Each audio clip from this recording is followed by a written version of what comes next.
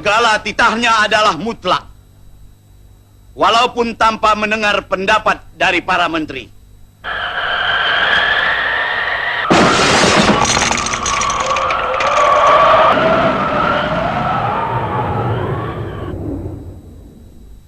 Kalian berdua adalah pengkhianat. Putusan sidang ini tidak sah. Kalian telah melakukan makar. Diam berdebak! Tangkap orang ini dan seret dia ke penjara.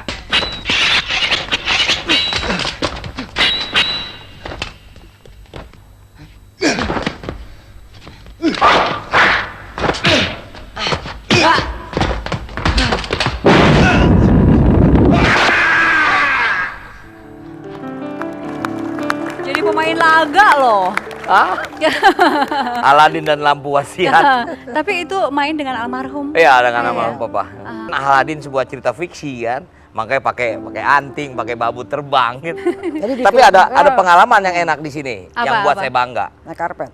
Saya ketemu dengan penari perut terkenal dari India, Helen G. Asli begitu Asli. ya? Itu semua orang Indonesia kenal.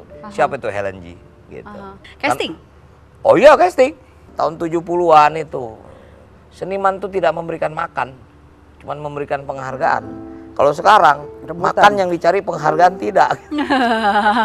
Terus kalau dulu kenapa dong mau jadi seniman? Ya artinya apa ya? Ya mungkin ini ayah juga sebetulnya, tapi sebetulnya lucu. Ayah tuh nggak mau anaknya jadi seniman. Nggak mau? Nggak mau. Karena dia nggak mau anaknya sama seperti kehidupannya seperti dia. Oke, karena ayah sudah tiada, saya ingin mengundang seseorang mungkin ya. Mungkin ini adalah pengganti ayah, bisa dibilang seperti itu? Nggak tahu deh, coba kita lihat. Silakan.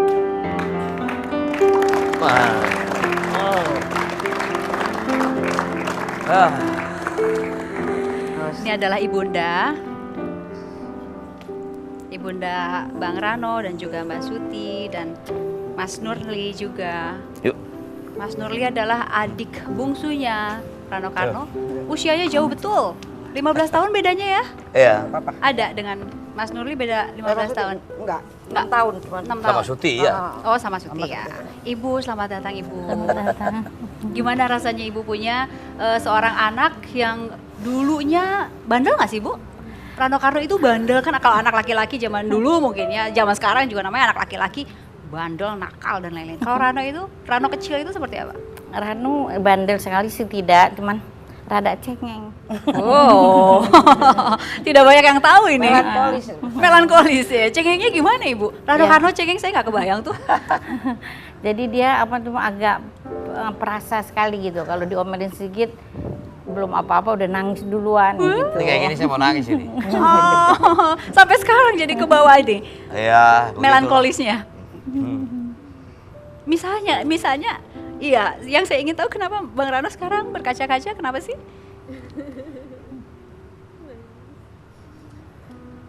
Ya alhamdulillah saya berhasil.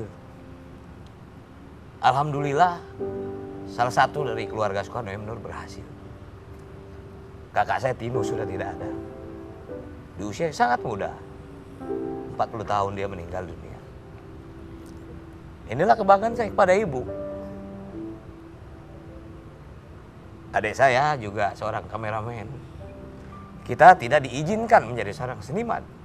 Tapi sekarang kita ada di dunia seni dan kita nggak bisa lari dari situ. Maka itu saya mengabdi full sebagai wakil bupati. Dan itu juga buat saya adalah sebuah seni. Seni bagaimana langsung berhubungan kepada masyarakat. Itu aja sebetulnya. Maka ini penghargaan bagi saya dibuat program 1 jam. Itu adalah sebuah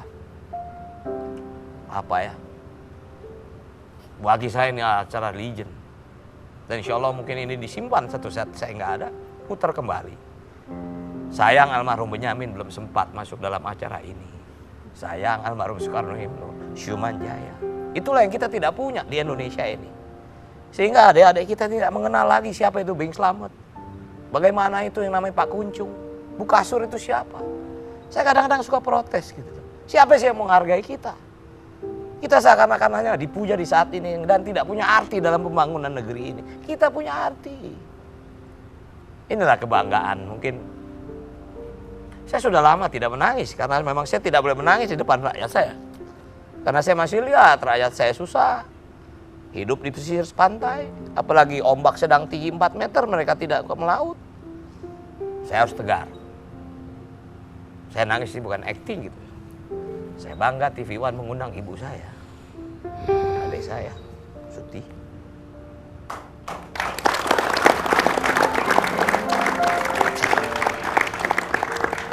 Kalau seorang anggota keluarga dari almarhum Soekarno M. Nur sekarang sudah menjadi seseorang yang berhasil, ada yang ingin diucapkan kepada ibu saat ini, Bang Rano?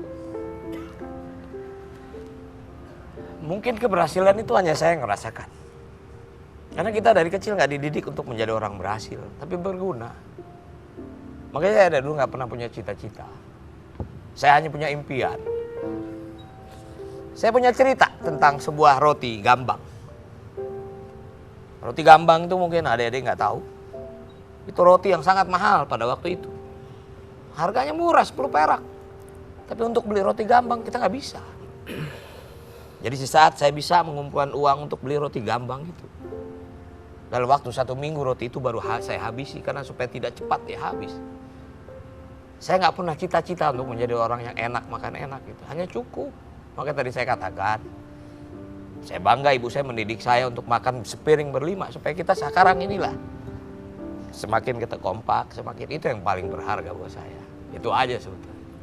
Mumpung ibu ada di sini. Mumpung ibu masih ada di sini. Mas Rano ingin mengucapkan sesuatu kepada ibu secara langsung saat Ya, ini? saya ucapin terima kasih gitu. Dan memang alhamdulillah ibu tinggal dengan saya. Karena cuman ini tinggal sisa harta saya yang mesti saya jaga. Gak lucu jadi menangis depan TV. Oke, kalau untuk ibu, ibu melihat Rano kecil cengeng begitu ya ibu ya. Terus kemudian tadi banyak main film. Terus sekarang bisa dibilang menjadi seorang pejabat yang lumayan tinggi ibu ya. Pernah nggak ibu membayangkan seorang Rano karena kecil sekarang besar menjadi seperti ini? Sebagai seorang ibu memang ya saya cuma ingin anak-anak saya itu bahagia. Keinginan untuk anak bisa mencapai itu ya seorang ibu pasti ada ya. Cuman waktu Rano untuk minta izin untuk menjadi itu, saya cuma bilang sama Rano, ingat Ran, kamu menjabat ini untuk menolong rakyat. Mama nggak mau apa-apa. Hidup tuh tidak lama. Yang dibawa cuma amal dan ibadah kita, itu aja. Saya nggak mau macam-macam, nggak mau yang kejadian yang begini-begini, nggak mau. Mudah-mudahan anak saya bisa menjadi seorang pejabat yang lurus, yang tidak macam-macam, itu aja.